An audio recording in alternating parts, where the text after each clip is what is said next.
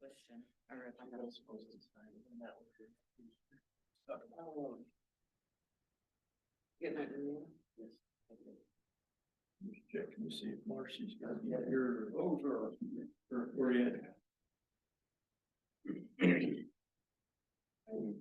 was texting Marcy earlier, she said she's not, I don't think she's gonna be here much. And probably know being her dad, but yeah, we were, Yeah. All yeah, night last night or night Yeah. before, whatever night it was. we were talking about this, the executive session tomorrow, so. It was,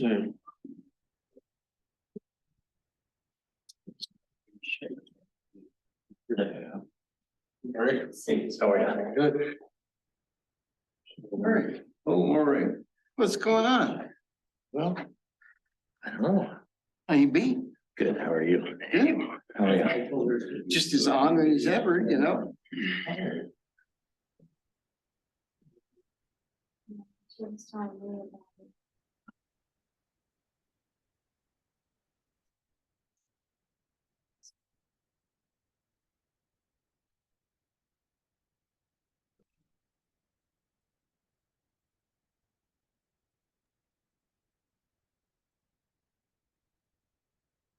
Brian joined by Zoom. I thought he was still.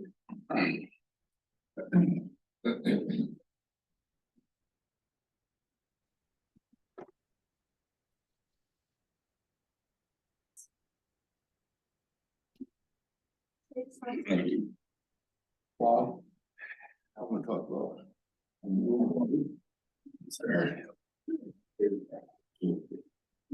so there's Marcy. Gone. No, I didn't send it. Right. I did. Right.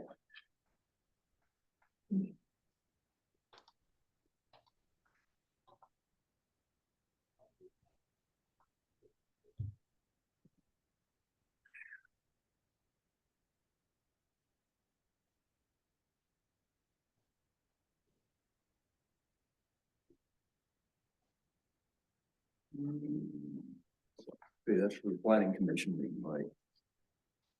Yeah. Okay, yeah.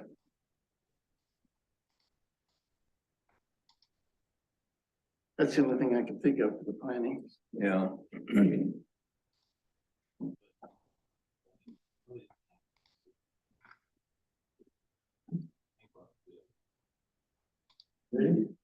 Once you guys are up and rolling, we're gonna go back to the front office, but when you guys are done, just come get me. We got 3:01, we'll call the Yamhill Water Committee meeting to order. Roll call, please. Okay. That's in here. See, we have Marcy online. Hi, Dane here. We have Joel and John. Thank you. Any public comment before we get started? Okay, you want to go ahead first, Bob? No, it doesn't matter. My name's Robert Davis. I live at 212 North Maple Street. I would like the document that Mr. Jason Wolford spoke about at the city council meeting where he said they came up with a dollar amount per gallon as to what the water is going to cost. And I would like to look at how that figure was arrived at and what statistics they used and what information they used. And other than that, I'm looking forward to today's meeting. Jason, that report's not finished yet, is it? The water rate. Yeah. So that water rate study report's not finished yet, so once we get that, it'll become a public document. But at this point, it's not complete. So that was a summary, correct me if I'm wrong, that was a summary of what that report is, but it's not complete yet. I see. So that's And why it's not out. any idea when it's going to be completed? Month, By a couple of weeks, probably the early part of March. early part of March? Oh, okay. All right, good. I look forward to seeing it. Thank you. That's where we're at. We're all anxious to get that report. Yeah, yes, yeah. Does that include the sewer too, Jason? No, it does not. Are you planning on doing something for the sewer? Not at this time. Because when the 57 homes come online, you're already maxed out in your ponds, from what I understand. And that's just gonna add more to what's already there. That's true. That's true. So, I'm sure that'll be coming. That's another committee. yeah. We're just worried about the water coming in. Yeah, yeah. Another committee's probably figuring out how to get it out. Jay, did you have something? Yeah, Jay Desborough, 515 East Main Street. I see on the agenda, we have I, which is water rates. And I know that the city's been doing some studies on the cost to produce water. Well, there are two things that I want to make sure that get brought out to the public on this is one is unbilled water. Water that's provided to users that they are not charged for. The second is unpaid water and sewer bills. I've requested a document from the city to find out what that is, because at one of the previous council meetings, there was an inference that may be a large amount of money, tens of thousands of dollars that are owed the city in water and sewer bills. Kim said she provided the mayor with a report last May, but she has been kind of putting me off on providing the report that I've requested. But I think that is a factor that needs to be publicized when you're going to go out and ask people to pay more money for water. Jason, I believe they're looking at. Were they including that in that report?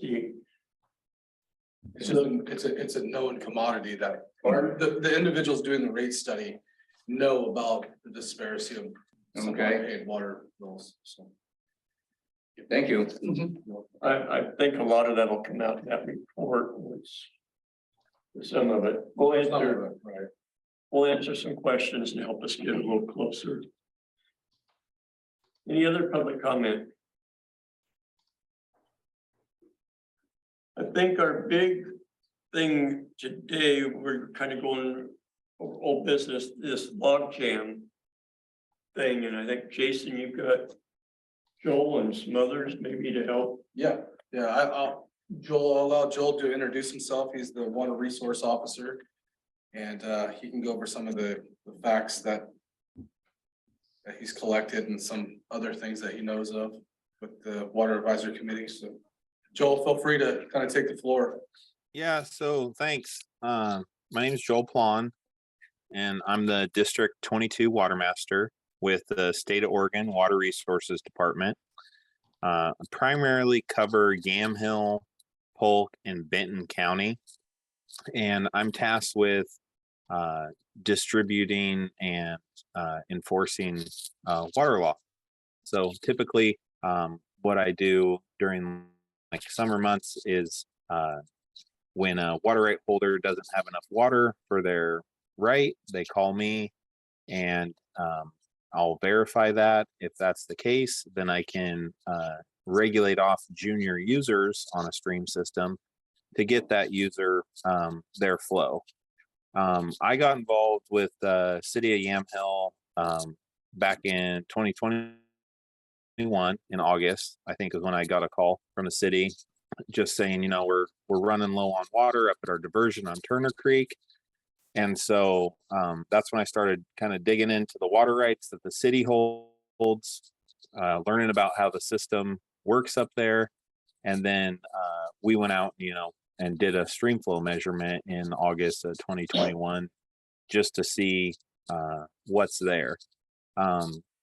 As far as kind of regulation, there isn't anybody above the city of Yamhill, so they can't, you know, it's not like typically I deal with farmers where there's a lot of users on a stream system, and if you run out, we can regulate users to get them their water. In this case, it's kind of Mother Nature provides up there, and what you have coming in is what we have to deal with. And then I was asked to come to this meeting just to kind of hear about your ideas about possibly doing a dam or a log jam. It sounds like below the intake for the city's diversion. And so I'm just kind of here to hear what your plans are and maybe guide you in the way and give you kind of some ideas on how to go about you could do that. I think that's what we want, is your ideas of how to go about that.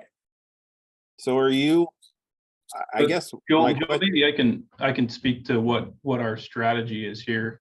Mhm. So you've seen the intake there at the water treatment plant. yeah, I wish I was looking for a picture because I can't really remember it, but yeah, I was there. It's been a while. John? Yeah, so I've got some photos of that I can pull up later in the meeting here. Okay. But one of the issues that the city has is that under really low flow conditions on the stream, we're not getting enough coverage on the fish screen to allow the city to draw water at the prescribed rate because we're exceeding velocities allowed by ODFW. And so the concept here is to put in this log jam, not to allow the city to draw more water, but to increase the pool of water directly in front of the screen. Okay. So that's kind of the high level of what we're looking at here. And so are you thinking about just kind of dropping, just logs in it kind of like just to kind of back a little bit more up? Are we talking inches or are we talking like we need a foot of water? No, backed up? it's like 5 inches of water 5 being inches. pulled back. So it's what you're describing there. Yeah, more or less it's, a couple large diameter logs kind of placed strategically immediately below the intake there that would slow down the velocity of the stream and cause a little bit of pooling. We're Okay. talking, 24-inch diameter or less logs.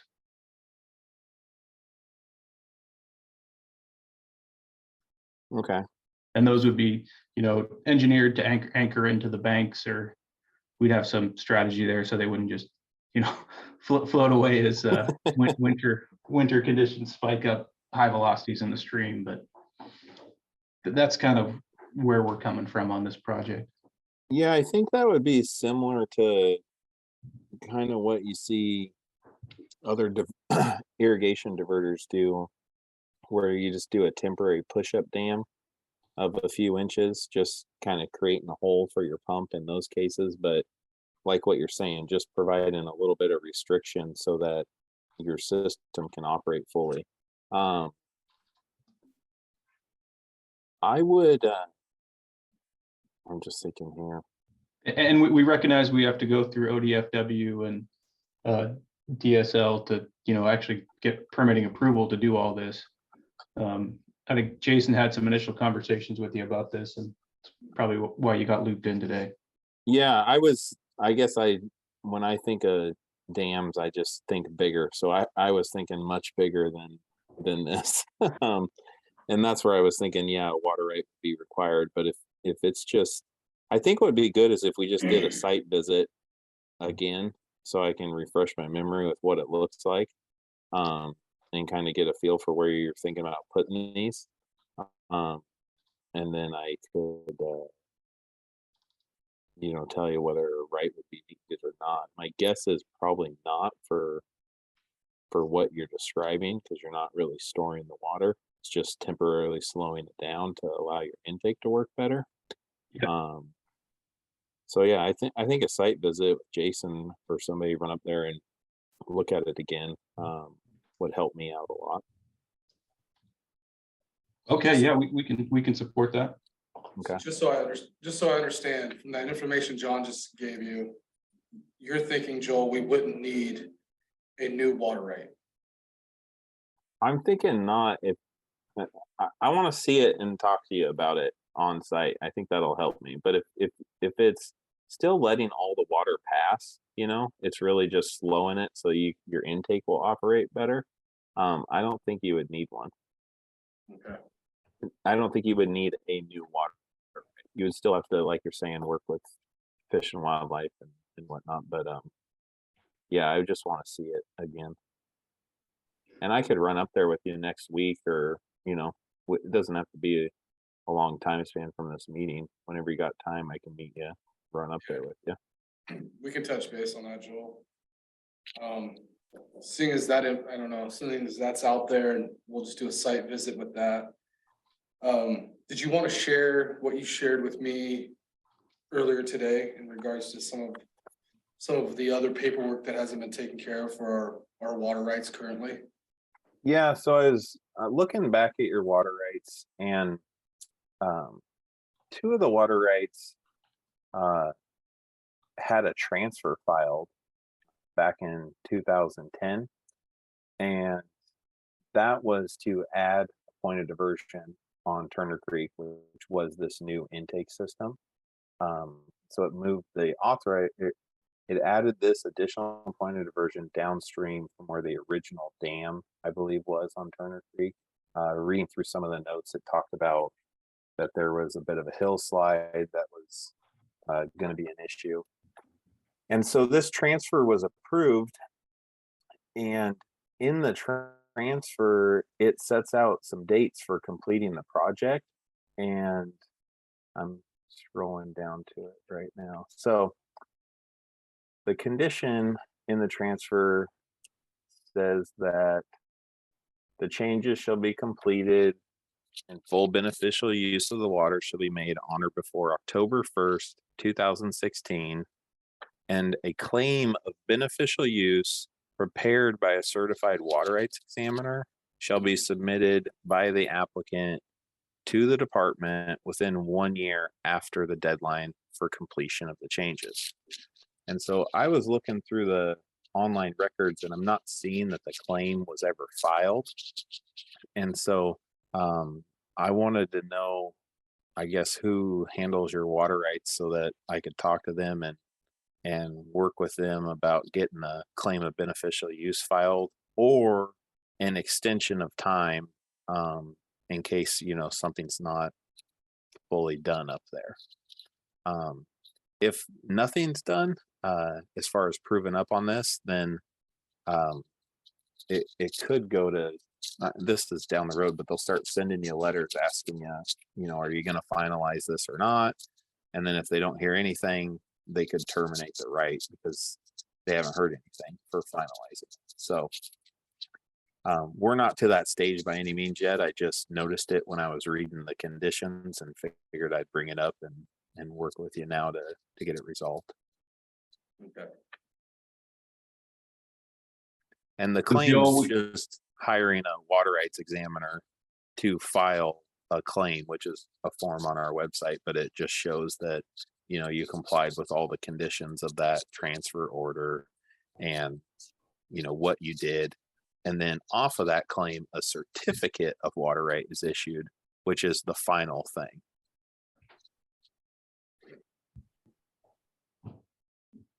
Did you add something, John?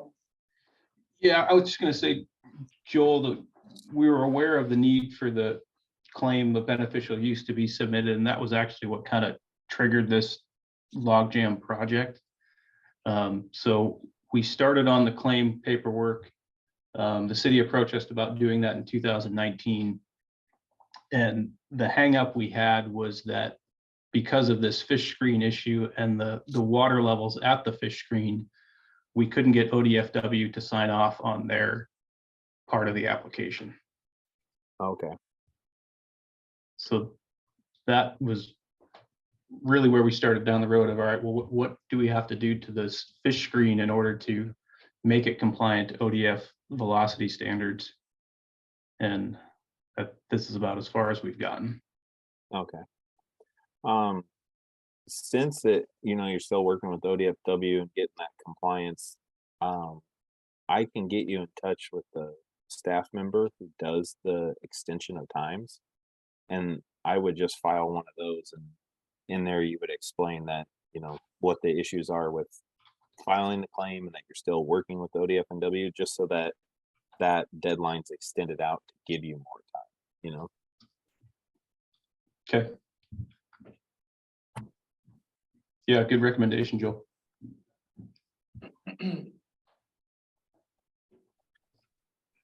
Bill, I don't know if you want to, if you're prepared to make that presentation as far as municipal use over water right. Hopefully I'm saying this, over senior water right users. As far as. Yes. But Yeah, yeah. So one of the things that, and I don't know where it got brought up, I just heard about it, was the idea that domestic use or municipal use takes priority over any other use in a time of shortage.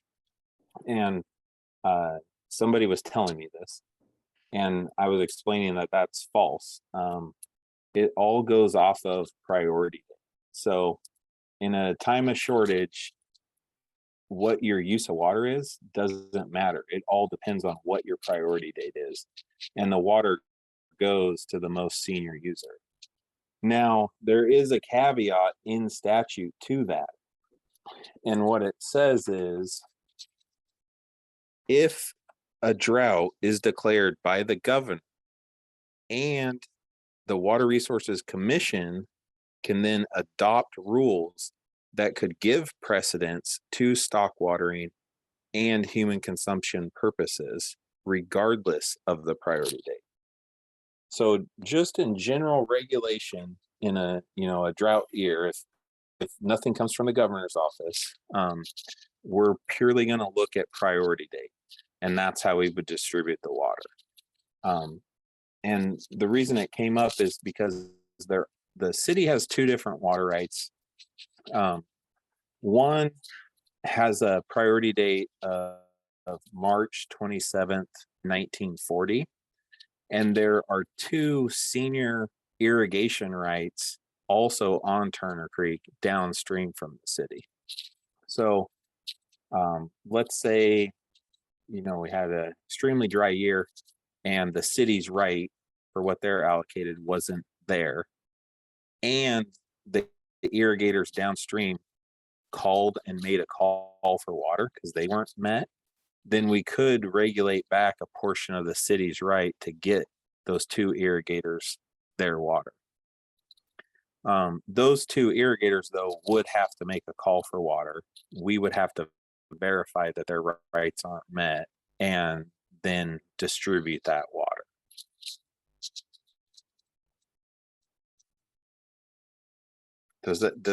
I know this can kind of get complicated, so I'm not there in person to look around, but does that make sense or?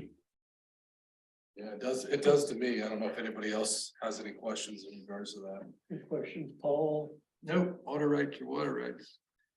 Marcy, any questions? No questions for me.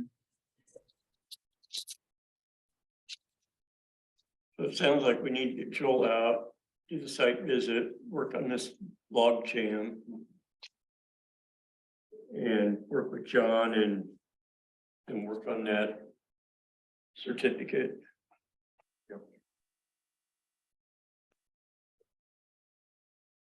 That sound right? Yeah, that's about the order.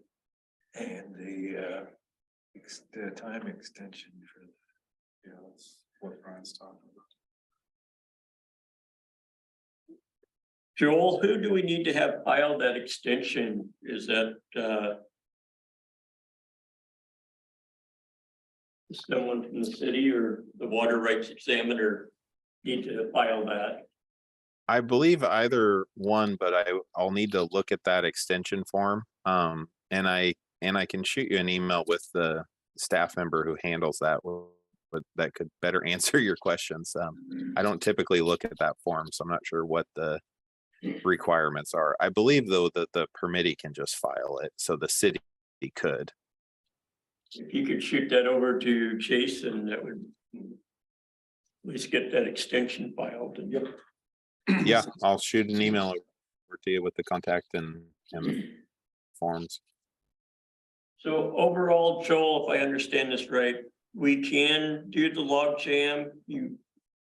There's would be no major issues that would stop us from proceeding with that. Yeah, as long as it's not, yeah, as long as it's not storing, creating a storage of water. If it's just slowing and kind of having a pool to go into your diversion, I don't see any issue with that. John, that's what we were looking for, correct? Yep.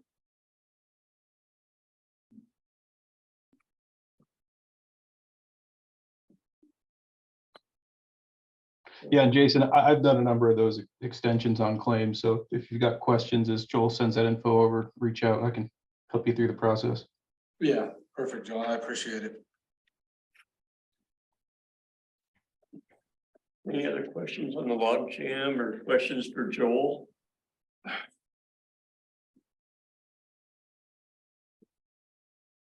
No, there again, Joel, I just appreciate your time and we'll get in touch and we'll schedule a date and time and go take a actual site visit once again. And I don't know if you want anybody else kind of encompassed in that, if you want engineering out there at that time, just so they can give you more of an overview of what they're looking at for that project. I know it's kind of out of the starting gates right now at the best. So I don't know if John, is that something you want to be involved with also? Yeah, I should be there on that Mhm. meeting. Sounds good. I'll get us all linked up then. Thank you. Anything else for Joel? I don't have anything for Joel now. Joel, thank you for your time and for the information, and if you'd like to go home early, we'll let you. All right, thank you. Have a good day. Thanks, Joel.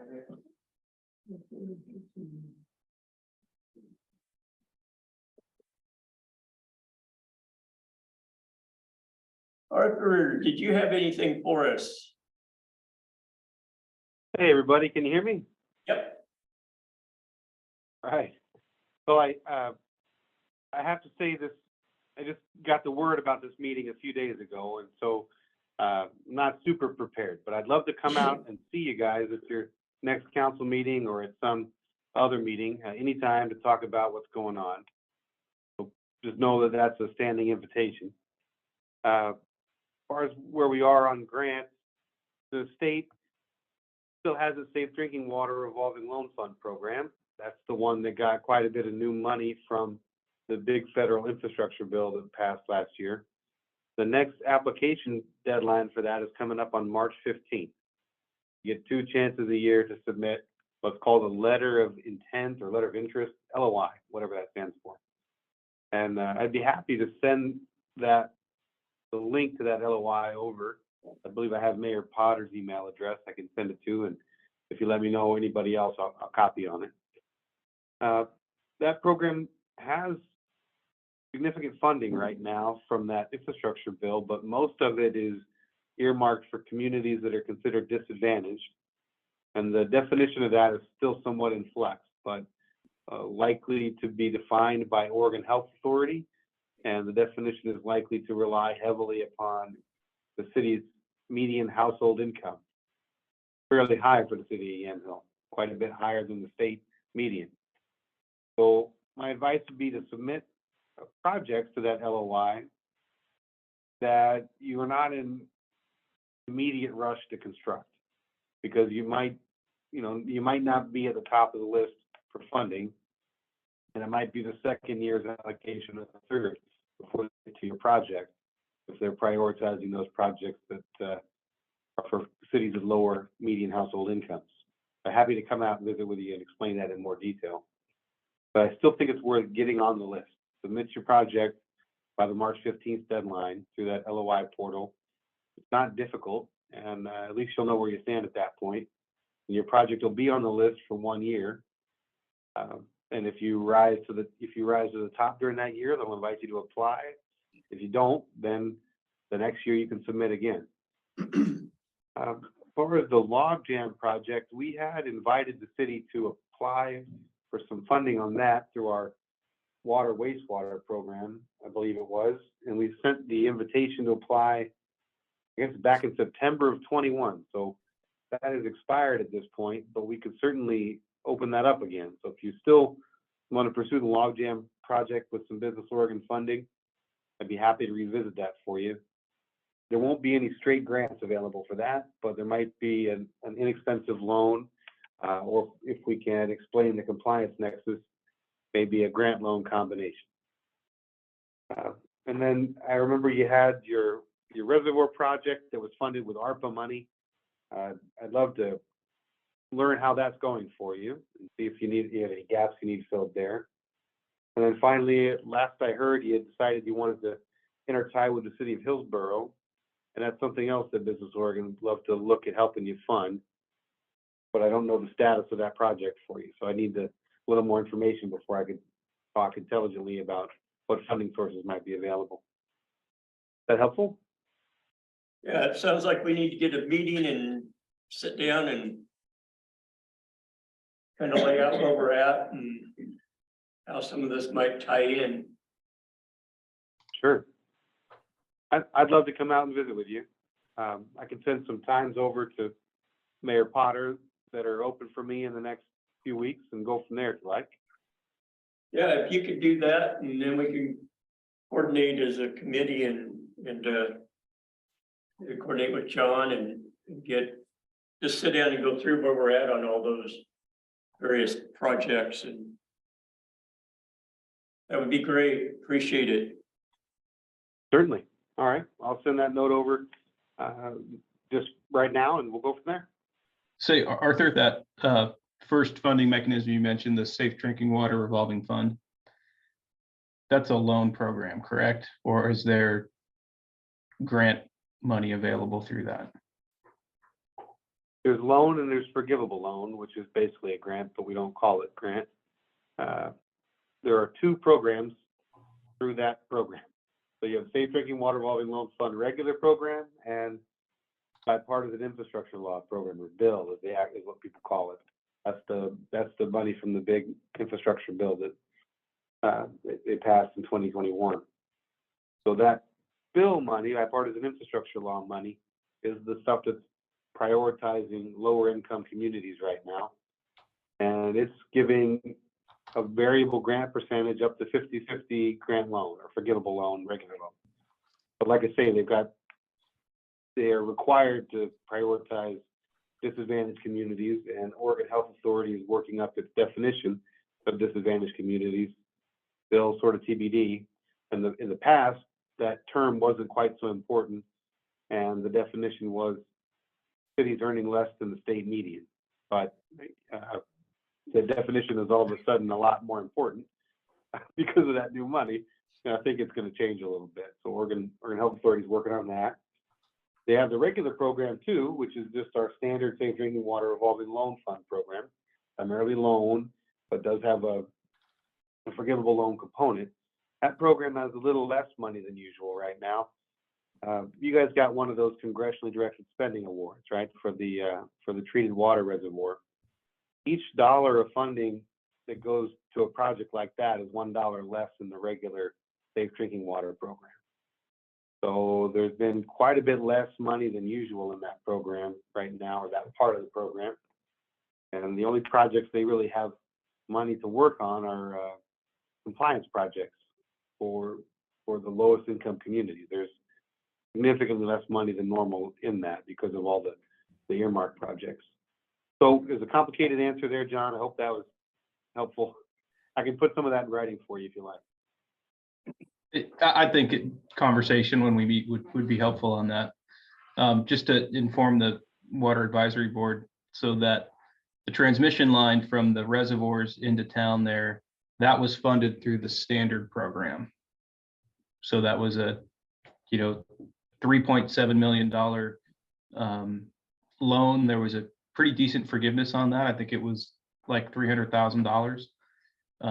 But that, the city's actively paying back that loan now.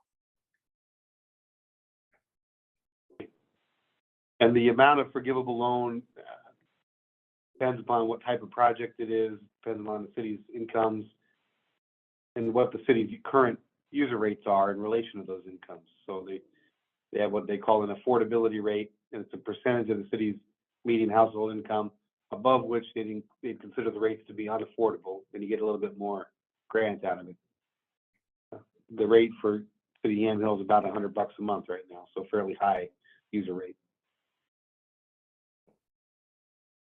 Thank you. Thanks, Arthur. We'll look forward to that email. We'll set up some time and get together and go over that. Anything, Jason, Paul? Arthur, when you say our user rate is at $100 and it's high, is that a combination of water and sewer? Is that just, where are you finding that number?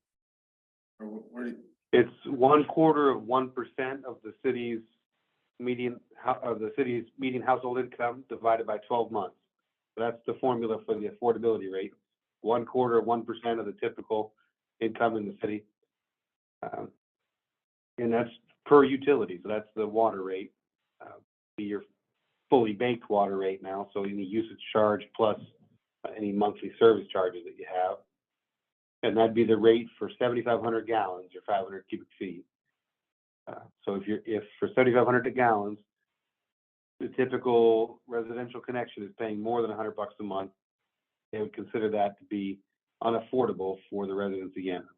And these are rough numbers, guys, that I'm just pulling together while Joel was talking, frankly. So take a grain of salt with them, and when I come visit with you, I'll be a little bit more prepared. But I think that's correct. And that'd be the affordability rate for the city of Yamhill. thanks, Arthur. And if you're okay with it, I'd love to hang out for the next portion of your discussion about the City of Hillsborough and Carlton intertie, and then I'll probably scoot after that. But I'd love to just sit and listen like a fly on the wall, if that's okay. You're welcome to stay as long as you'd like. Thank you. Thanks for the information. I think on the other grants, I haven't heard. John, have you heard anything on that Berkeley grant? No. What I seen come out in the paper, it didn't look like Yamhill was awarded. I haven't talked with Sharon to see. I know Carlton was awarded quite a bit. I just didn't know if you'd heard anything. No, the only outside funding I'm aware of is the $200,000, well, $192,000 on the wastewater treatment plant influent pump station. That was the ARPA funding that came through the county. Mm-hmm. As far as the Merkley, that, what was it, 192 for the study that we were gonna try and modify and bring in the tie line, that was the Merkley, correct? Correct. Yeah, I haven't heard an update from Sharon on that. So what I seen in the paper, it didn't look like we were awarded, but need to clarify that and make sure. That's all I know of on grants. Yeah, same here. We'll try to follow up more. The Hillsborough Carlton tie line, I don't know, we met with Carlton. You know, Carlton's talked with Hillsborough. And I believe Carlton was going to send their letter of interest. Again, to kind of get their foot in the door. City of Yamhill's already submitted their letter of interest or intent with Hillsborough. And they've received that, and we received back that they accepted that, or I believe Hillsborough's accepted our letter of interest. So we had a discussion with Carlton. Carlton would like to tie into that also. And so we had a very high level discussion, trying to again find funding and move forward. I don't think we've done a lot, have we, John? As far as any more on that? No, we haven't done anything since our last meeting with Carlton. sometime in the fall. I don't remember the specific date. So there's probably a lot of work to get back into that and develop a roadmap of how to lay that out down the road. I will say that Sharon and I are gonna be meeting with Shannon in regards to that intertie and just have more open communication in regards to where they're at and where we're at. As you can tell, outside of the letter of intent, and we're possibly hoping for that Merkley money to do, you know, the transmission line study to kind of better the support from the higher ups, but I know Carlton is at a very low level right now, but I know they've done some work with just kind of doing a soft introduction for that bill. But I can't speak to too much detail because I don't have much right now, so. Were we gonna do some sort of brochure or Flyer. the flyer? Yeah. I believe Sharon and Jason got the information to Carlton, and I don't know what Shannon. Yeah, there again, we're gonna sit down and speak with Shannon and see how much more she needs or if there's any more support from our end and just kind of touch base, so. If she's got a draft of that flyer, it'd be nice to get a copy and Okay, yeah. see. That's kind of where we're at, Arthur, and that topic, but Yeah, so Arthur, as you're thinking about funding opportunities and projects, the main hurdle at this point for that project is either city having any funding to really evaluate the concept plan. So Well, I think I can help there with a small feasibility study grant. We've got some grants that I think the maximum is $20,000, but it might require a small match, but pretty easy to get, and that might be helpful to evaluate the feasibility of that intertie. I'll send you some notes about that too. yeah, that'd be great. I mean, at this point, we know functionally it works. We understand the pressures from Hillsborough and how it could get to the city, but you know, kind of working between Carlton and Yamhill and where the best place to put this pipeline is the big question at this point. So that would be a great opportunity to get funding to support that study. So Arthur, Great, I'll include that in.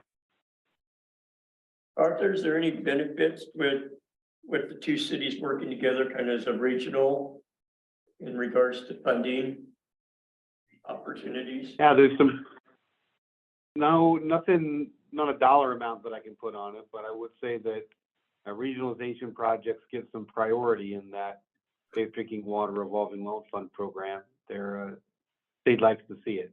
So, can't really quantify that for you as a percentage interest rate reduction or anything like that, but it does help you stand out on the list.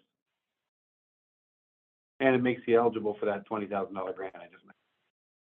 Okay, thank you. Any other questions? Can I ask a question? Sure, Patty. With the new homes going in soon and the weather that we had a year ago, and I know you guys you all work, you all have jobs to do. I'm concerned that this is not more of a priority to the city. Because God forbid, when those 58 new homes go in,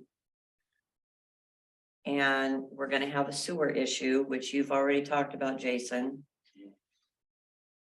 And there's the outside water districts, nobody wants to shut out anybody off. My concern is that we are going to run out of water, regardless of what you do with the log jam and all of that. If we have an issue like we did a year ago, excuse me, but we're gonna be shit up a creek. I mean, bottom line, and that's an issue, you know? I think if we can work, you know, if we can bring Carlton in, and as Arthur mentioned, there as a regional project that helps us move up on the funding maybe. I've seen it in other grants. If you do a regional project, you get a little better. Murray might be able to correct me if I'm wrong, but I have seen that in the past, that a regional will help move you along maybe a little quicker. I think it's just getting that game plan together and getting, if you don't have your game plan, then you're wasting your time on even trying to find funding. So I think if we can get with Arthur, with John, get the game plan together and then start matching funding opportunities with that game plan and stuff that would help us move along more than a turtle's pace. I hope so. It's just getting all that done, so, Brian? yeah. I'm going to be speaking as Yamhill Neighborhood Association now when I say at the last work session council meeting, one of the counselors said, what we need is more storage. And that will be the end all be all to our water issue. Well, I'm sorry, you could put 10 500,000 gallon tanks up on that hill and you would have about 10 or 12 days of water at the consumption that we were using the water last summer at 525,000 gallons a day. With that said, several months prior, Yamhill Neighborhood Association talked to the city council about what Cornelius has done. Cornelius has put in 36 million gallons of water in underground in a basalt aquifer. Where they found it, I have no idea. But Cornelius is not the only city that's done that in the state of Oregon, and especially across the United States. Lots of cities are putting in the storage system in a basalt aquifer. This is an area that has been underutilized. And when we brought it to the attention of the city council, they basically said, thank you for your comment. So I would ask this Water Advisory Committee to get together with a geologist to find out if truly there is no place within our immediate vicinity that we can't store millions of gallons of water like other cities do. And I'm only bringing this up because it is a valid situation where if you've got lots of water in the wintertime, you can store it up. Like California in this past rainstorm, 26 trillion gallons of water went out to the ocean. How much of it was saved? Very little. So had they stored it in basalt aquifers, they would have been better off, like the city of Cornelius. John, quick question. You know what happened? We have any salt aquifers in our area? That's really a high level geology study that hasn't been evaluated to any extent. I'm familiar with ASR Systems. One of the water companies I work with, McNulty Water, has one. Of course, Cornelius has one. Lots of the agencies throughout the Portland area have them. But trying to figure out where that might exist it's a pretty big effort. I think it's certainly worth looking at a high level. But it would be a significant study. Need to get a game plan and then look at funding options for, see if there's even any funding that would support a study. Okay. We'll add that to our list of. To-dos.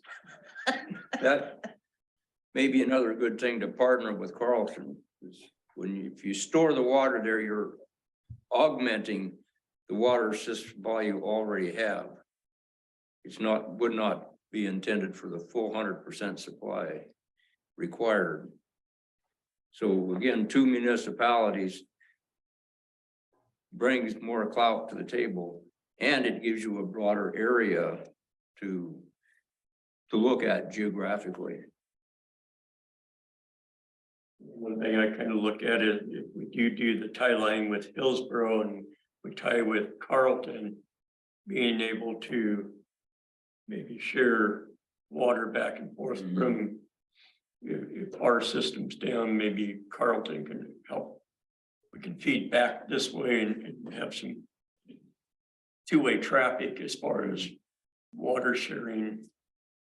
Again, that's study work and stuff, but I think that would be a long-term goal. I mean, let's just work on the actual intertie right now. Yeah, I think we get Too far ahead of ourselves. right. Anything else on No. leak detection? We're still waiting for that report. Yeah, so we're waiting on a water rate study report. I do have some information to kind of pass on to you guys as far as the conservation aspect. I did get a quote from Correct Equipment for new meters and to have them installed. For the new meters themselves, for all new Camstroup meters in the general public here for residents, we're looking at $116,000. For the install cost, you're looking at $47,000. So if we're looking at conservation and water capturability, this might be one of those projects that we go after. There's funding there for this project. So I kind of wanted to more or less not sell it, but kind of get that information out to you guys and get those numbers for you. Capturability is a big thing in our system. Our meters are dated 30, 40, 50 years old. So the city's not capturing all the water usage from a typical residential meter. So if we're looking at bringing in income to the city, we have to look at capturing our greatest asset, which is our water, or a revenue source.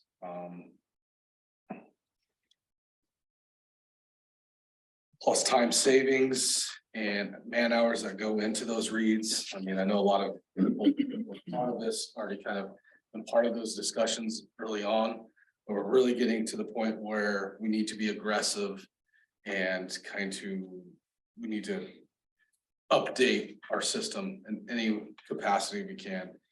And there again, I stress that there's feasibly the money there to do this project in our budget. And have you talked with council or So I'm gonna make that presentation on the 8th. You want a recommendation from this committee? I do. To, I recommend that you present to council possibility of, so these are remote read. Correct. Okay. Yeah. new meters and have them installed. So, Well, that's all fine, well and good if you got the water. But if you ain't got the water, those new meters ain't gonna do squat for us, No, that's wrong. You're wrong. okay? Because the meters, the T10 meters that are installed, when they're brand new, they have a low threshold of error reading. And that's why the American Water Association recommends that they're replaced every 10 years. Because that error just increases over time. And again, like Jason says, it's the water usage that you're trying to capture so that you know what's going through your system. Additionally, with the new meters, it's the personnel savings where you're going to have a big impact. Because before they started putting in the meters, it took about 1 week a month for one person to read all the meters, do the rereads and stuff like that. And now, if you had an entire system with new radio read meters, you could probably do that in half a day. Yes, with one person. with one person. Yeah.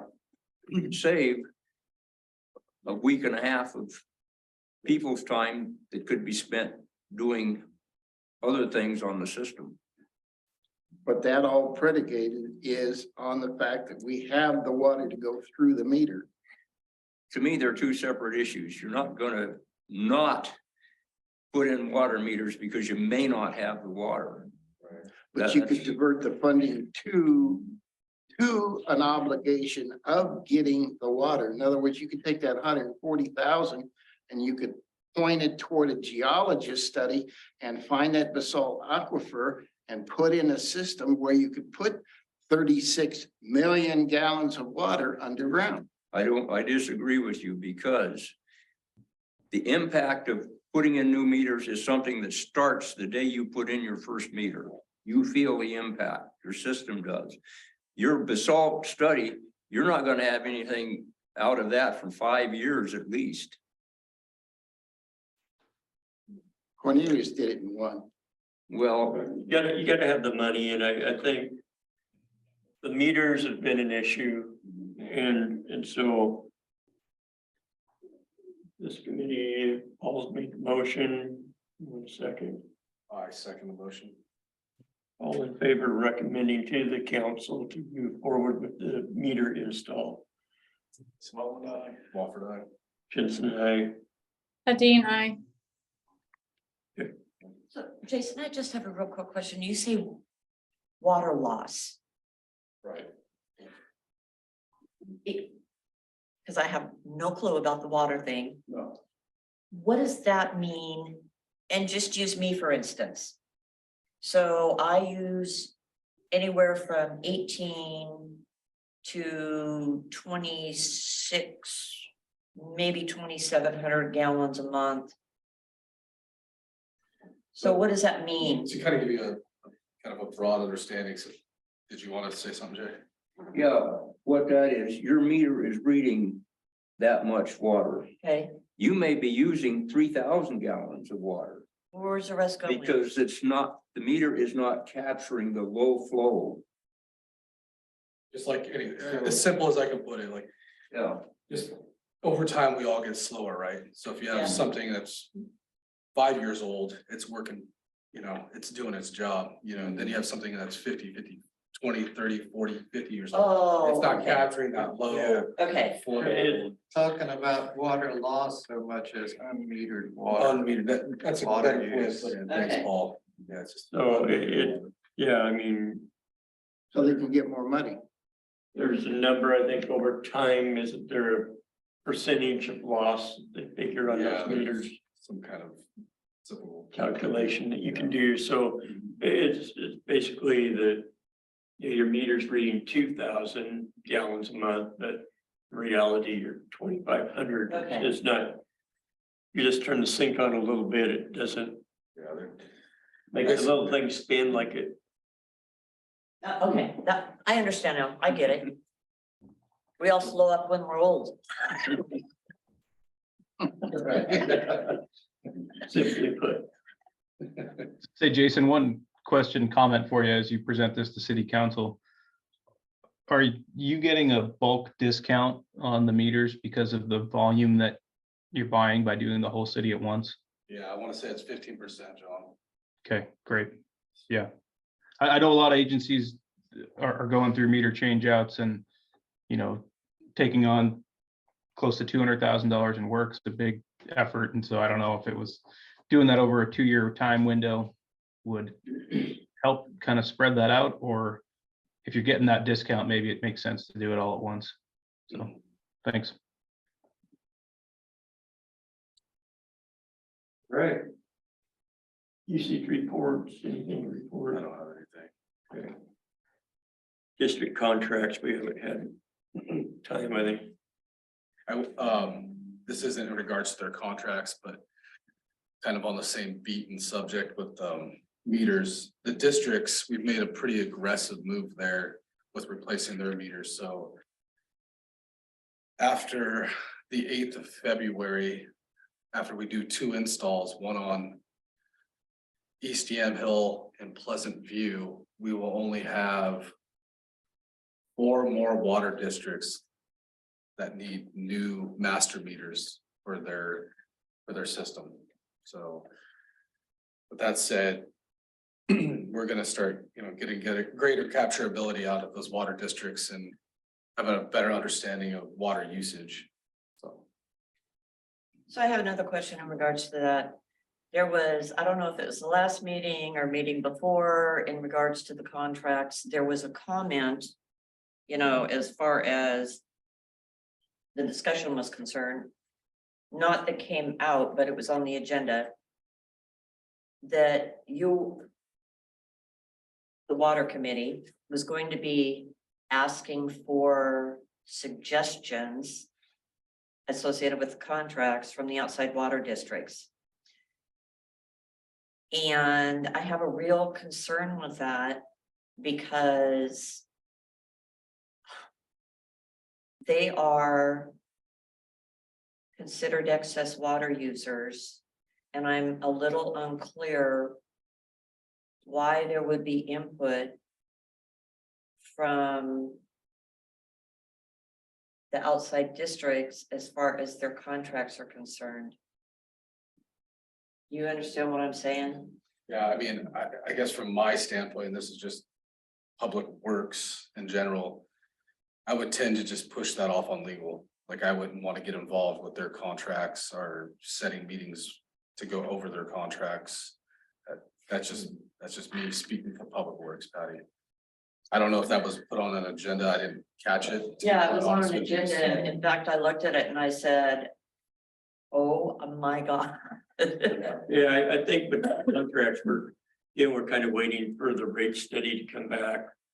Because that'll play a lot into what those contracts will need to be revised once that rate study comes out. And so I think we're waiting for that. And then, So are they all then going to have the same contract, and will the city abide by the guidelines that those contracts are updated yearly, like it's currently states in the contracts? I believe to the city. that would be up to city and up to legal. My recommendation would be that they're all the same, instead you don't have Right. each district have different wording. I think they ought to be standard. And it'd be interesting to look at some other cities and their outside user contracts. I've looked at a few online. But it just makes sense that they're all standard, that there's one. I think that's the problem we've got right now. They're all pretty much the same, but there could be 1 or 2 lines a little different between each contract just based on when it was written. Well, there's actually 2 contracts that are different from all the rest, and they don't state domestic use only on them. But the majority of the contracts for the outside districts state domestic use only. And that's a concern because people don't want that included, and I think it should be. That all come down to legal. That's all illegal.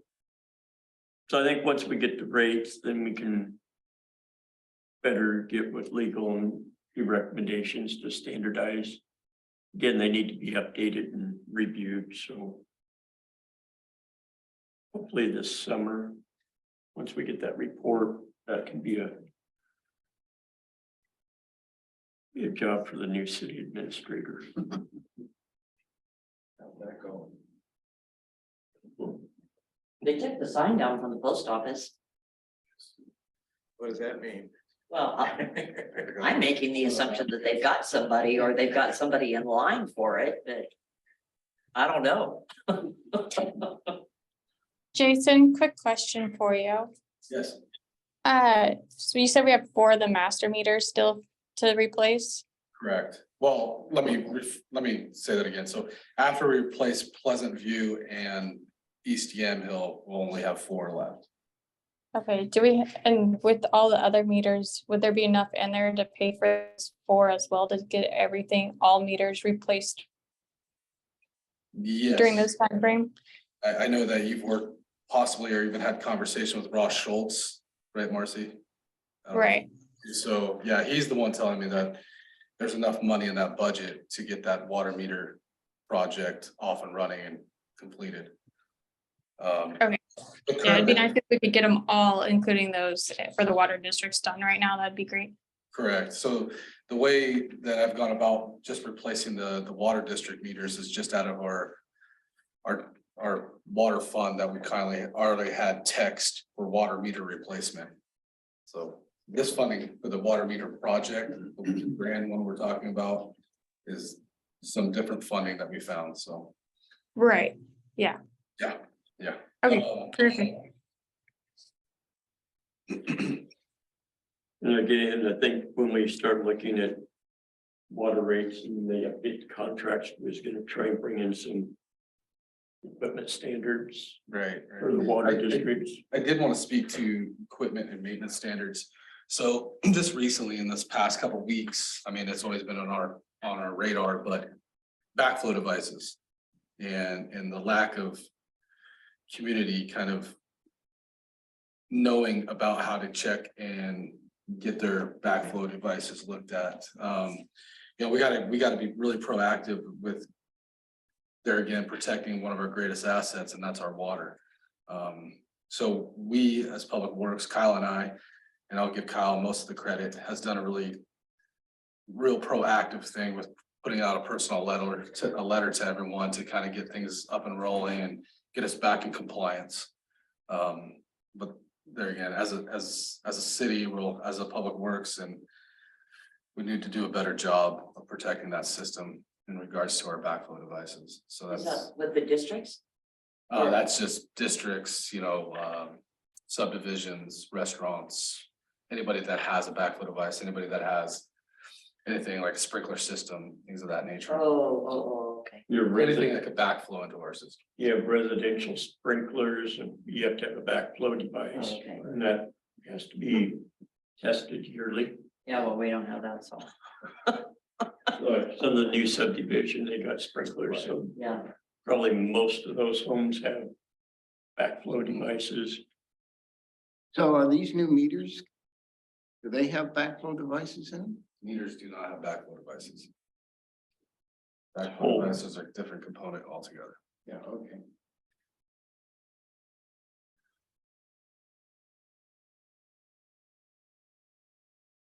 I think everything else on the list, again, we're kind of waiting for the water rates, I'm sorry to stop. got anything? Yeah, I will say, as far as the water rate study, from just the conversations I've had with Tim and the actual numbers that we're looking at, the revenue isn't there, so what's possibly coming down to the pipeline with the water rate study is gonna be an increase. There's gonna be an increase in the water, and it's one of those, it's a tough subject, I'm not gonna put too much out there, but it is coming. The one thing he told me to look at is, do you want to kind of trickle it in, or do we just want to rip the Band-Aid off and kind of, here it is? We're looking at, different ways to approach that, but I do want just the general public to know that at our current rate, we are not capturing enough revenue. So I'm gonna talk on that. So do you have a ballpark? And I'm not gonna hold you to this by any means. And I'll just stop. Are we talking? And I'm gonna put a range out there. Are we talking $10 a month or are we talking $30 a month? Or maybe somewhere in between there? Well, you're definitely on the lighter side Okay. as far as numbers. So. And I'm gonna say this because in my opinion, this is one of the things that the city has a tendency to ignore. And that is making sure that people are aware of why this is being done And not only that, doing it either through information through the mail to every single household, or having a town hall that people are aware of other than through social media. Yeah, one thing right to that point. So when Tim and I sat down, we kind of discussed how we're gonna relay this to the general public. It is gonna be through a town hall, and, you know, residents are gonna be open to kind of speak their mind and see. I want to generally see how receptive and how these payments and how this rate is gonna go about, as far as what the general public wants to do with it. Do they want the full, whatever it may be, dollar amount right up front, get it done, pull the Band-Aid kind of deal, or do you want to slowly trickle that along? I was gonna kind of lean on John here, just in regards to the 17% on top of the 17%. Is there, John, and this is my own fault, but when does the 17% go away, or does It's it? done.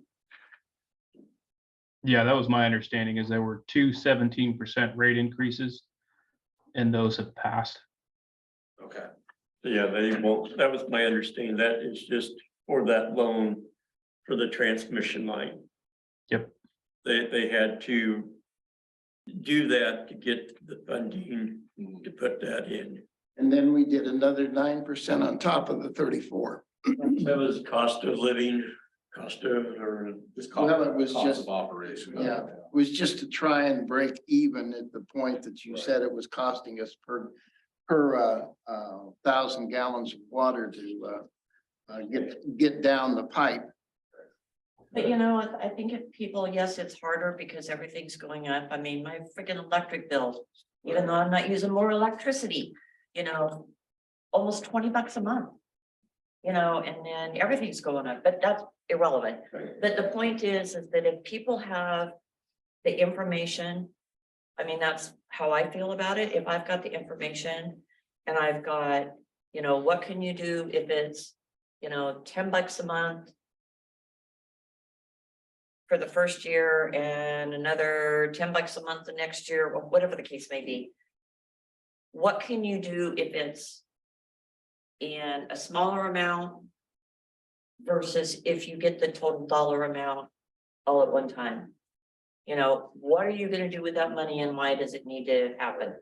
I think that's, you know, I appreciate the fact that Murray and John are both still here and online with us. I mean, that's kind of what I want to relay to the general public, is setting a goal with our CIP, you know, is getting these projects that have been sitting on this list for 5, 10, 15 years. We start to kind of chop away at that low hanging fruit and showing the general public that your dollar is going to this. It is not just sitting in an account or in a budget, you know, and just getting reactatory maintenance done. Like, we need to start hitting some of these big projects and kind of laying the tracks to getting them moving forward.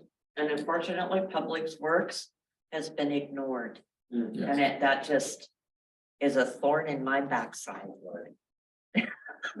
John, It is. No, I feel the same pain. John, quick question for you. You might know, might not. What's the average yearly increase on public works projects? You know, I know equipment, several equipment goes up. Fire equipment used to go up like 12% every year. Yeah, so there's two resources we look to find that. One is the Consumer Price Index. That's something the feds issue. And the other is Engineering News Record lists the Construction Cost Index. So for the calendar year 2022, on the Engineering News Record, it was 12% increase. Now in 2021, it was 6.5, 2020, it was 5, 2019, it was 5. 5 is kind of pretty consistent annual year over year. But obviously in the last year, we saw a huge amount of inflation that affected cost of work. Thanks, John. And I think that's something when we do in our town hall, we need to spell out that, you know, if we go in slowly, how does that affect the cost on the other end? We'll do these projects. If we go in at 5% and it's costing us 12% increase a year, are we better to bite the bullet, do the whole thing and knock out some of these projects?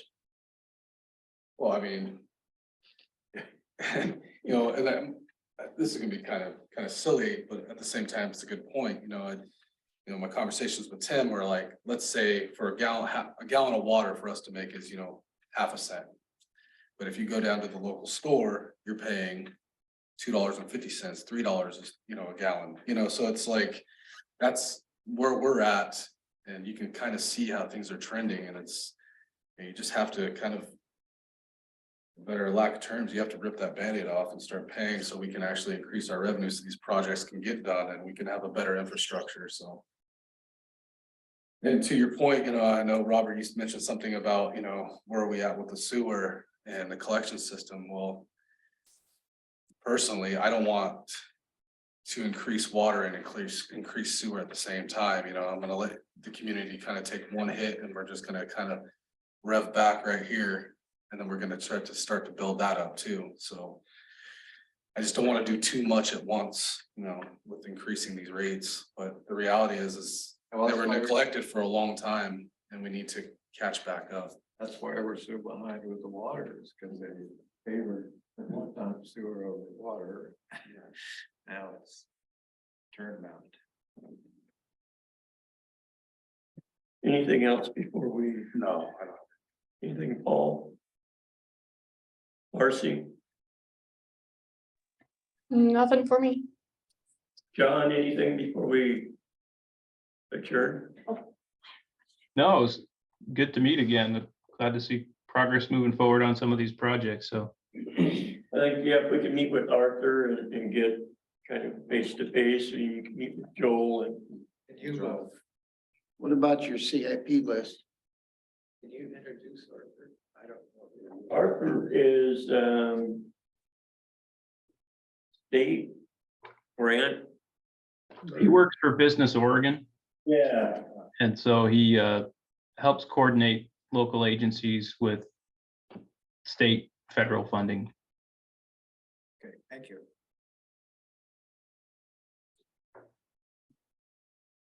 So. As right now, we will have our next meeting in February. Your last agenda item is your CIP list review.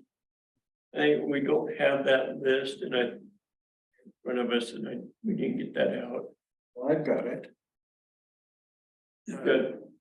How about we just go over the first three, which is the 0 to 5 years, which is already up. So the transmission line under Pike Road. New water storage tank. Water plant upgrade. So we did the water plant upgrades, right?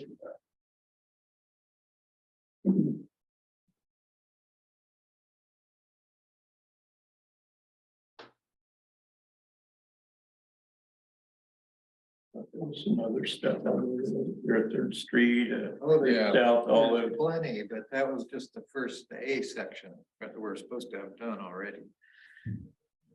I know one project I'd like to get done off that CIP list, or at least, you know, kind of softly introduced to seeing if it's feasible, was the Third Street project. Once they start, you know, upgrading the line down Hemlock, seeing if we can kind of piggyback off having that contractor already mobilized and working with John to see if that's even feasible.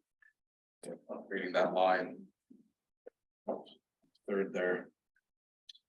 It'd be curious to see where the city's at on their budget, once they start budget committee meetings and see just what's left.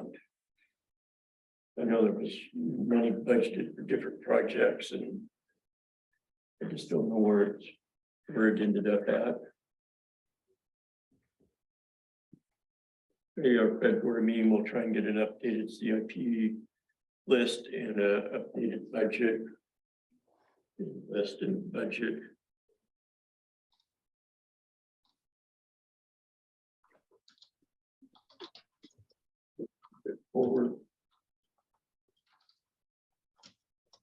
I'm curious where what line item they're taking the 116,000 out for the meters. Once, maybe we can get clarification on that. Ross. That helped us second that. Right. For adjournment. Right. Sure, till February. Nice job. Thanks, John. Thank you. Thanks, Marcy.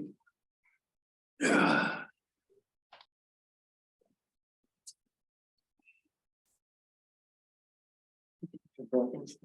Yeah. Both of them? Water treatment plant. Yeah. And gutters on? Yeah, you should go down there, look, it looks nice. I, Just need to paint it. when Yeah, I drive by there, you can see the one, Mhm. and I haven't. Because it's been so damn cold. Yeah. I haven't been going out but I'm gonna have to pay attention to that because that was an eyesore. Yeah, And I am so glad yeah. that finally. No, I appreciate your Insulation, guys' efforts. 'cause- insulation and all that is Yeah, good in it. Yeah, it Well, looks nice. the- Yeah. Now it makes the inside look bad because you're like, oh, man. That was Doesn't look like